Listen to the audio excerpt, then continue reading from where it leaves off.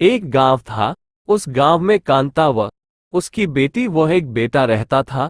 बेटी का नाम कोमल था, वह बेटा का नाम धीरज था।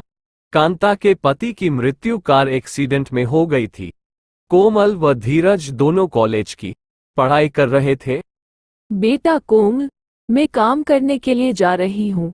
तुम पूरे घर का ध्यान रखना। तभी कोमल मम्मी के पास आ जाती है और कहती है, मम्मी आप चले जाओ, मैं सारा घर का काम कर दूंगी। तुम धीरज का टिफिन बना कर दे देना और तुम्हारा टिफिन भी बना ले कितना। ठीक है मम्मी, मैं आपके बताया हुआ सारा काम कर लूंगी। फिर कांता काम करने के लिए चली जाती है और वह मालिक के घर पर पहुंच जाती है।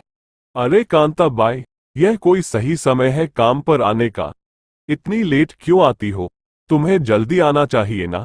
तुम्हें कितना काम करना है पता है, अब रोज सही समय पर आना।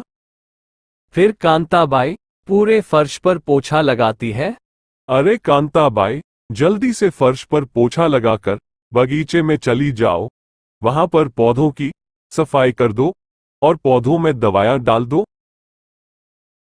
फिर कांताबाई पोछा खत्म करके बगीचे में चली जाती है।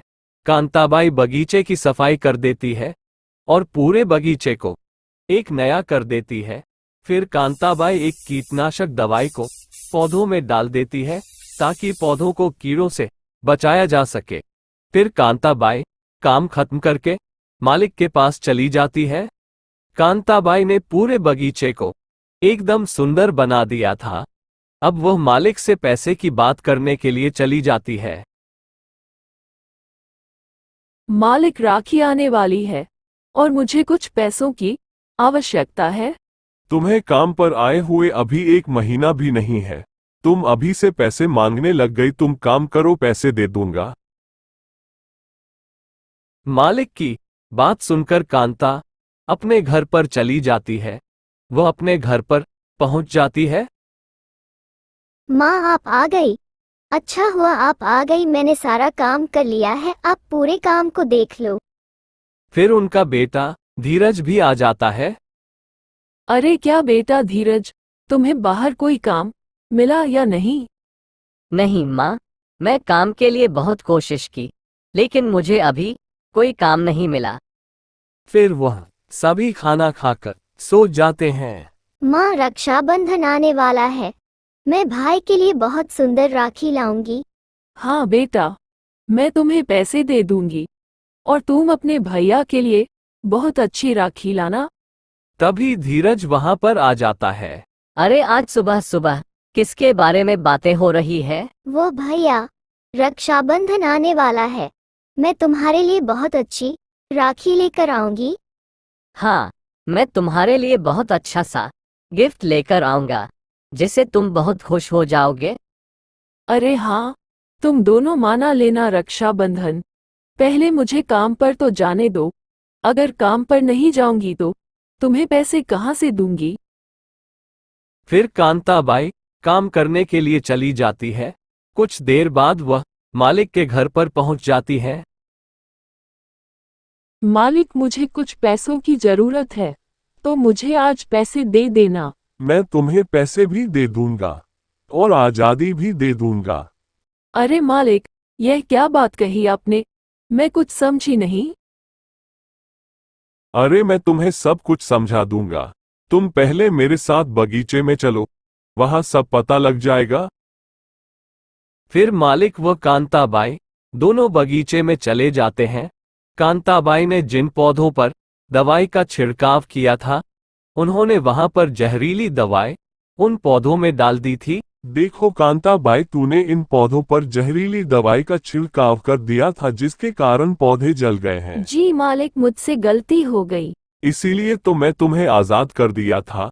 आज से तुम्हें काम पर आने की कोई जरूरत नहीं है। मैंने दूसरी काम वाली बाई रख ली है। अब तुम अपने घर जा सकती हो और मैं तुम्हें कोई पैसे नहीं दूंगा। फिर कांताबाई वहां से उदासी का चेहरा लिए हुए अपने घर पर चली जाती है। कांताबाई अपने घर पर पहुंच जाती है। तभी उसकी बेटी कहती है, माँ क्या हुआ, आज तुम जल्दी आ गई? कल मालिक के मेरे द्वारा पौधे जल गए थे, इसलिए मालिक ने मुझे काम से बाहर निकाल दिया। मालिक ने पैसे ना देने के कारण कांताबाई अंदर से टूट गई थी, इसलिए वह बेहोश होकर जमीन पर गिर पड़ी। भैया तुम माँ का ध्यान रखना, मैं माँ के लिए दवाई लेने जाती हूँ। कोमल माँ के लिए दवाई लाने चली जाती है। फिर रास्ते में बारिश आ जाती है। कोमल जा रही थी, तभी बारिश तेज हो जाती है। कोमल वहां से भागने लगती है। बारिश इतनी तेज थी कि वहां पर नदी आ जाती है। कोमल उस नदी में बहकर चली जाती है। कोमल को तैरना नहीं आता था, जिसके कारण कोमल की वहीं पर मृत्यु हो जाती है। अरे बेटा तुम जाओ, कोमल को देख कर आओ। वो क्यों नहीं आई? मुझे लगता है वो मौसी के घर रुक गई होगी बरसात तेज होने के कारण। धीरज कोमल को देखने के लिए चला जाता है। कुछ देर बाद वापस आ जाता है। माँ, गांव वाले कह रहे थे कल रात इतनी तेज बरसात आई कि वहां पर बाढ़ आ गया था, जिसमें कोमल बहकर चली गई। उसे तैरना नहीं आता, जिसके कारण उसकी मृत्यु हो गई। कोमल की माँ कोमल की मृत्यु की बात सुनकर जोर जोर से रोने लग जाती है। माँ, आज रक्षाबंधन है और कोमल मुझे राखी बांधने वाली थी, लेकिन वह हमें छोड़कर चली गई। कोमल की मृत्यु के कारण धीरज भी जोर जोर से रोने लग जाता है। अरे बेटा, तुम्हारी कलाई में तुम्हारी बहन के नाम की राखी बांधनी लिखी नहीं थी, इसलिए वह तुम्हें छोड़कर चली गई। अरे माँ, यह इतनी भयानक चेहरे वाली कौन है? अरे बेटा, इसकी शक्ल तो जानी पहचानी लग रही है। माँ मैं उस भयानक बरसात के पानी में बहकर चली गई थी। तैरना ना आने के कारण मैं उस पानी में डूबकर मर गई थी। लेकिन आज रक्षाबंधन है, मैं अपने भाई की कलाई को सुनी नहीं जाने दूंगी। मैं अपने भाई की कलाई पर राखी बांधने के लिए आ गई माँ। फिर वह कोमल भाई के हाथ पर राखी बांध देती है। धन्यवाद बहना, तुमने मुझे राखी बांधी। ये तो मेरा फर्ज था भाई। माँ मैं तुमसे आखिरी बार मिलने के लिए आई हूँ, अब मैं चली जाऊंगी। फिर वो चुड़ैल वहां से गायब हो जाती है। माँ, बहन ने अपना फर्ज निभाया, वह मुझे हाथ पर राखी बांधकर चली गई।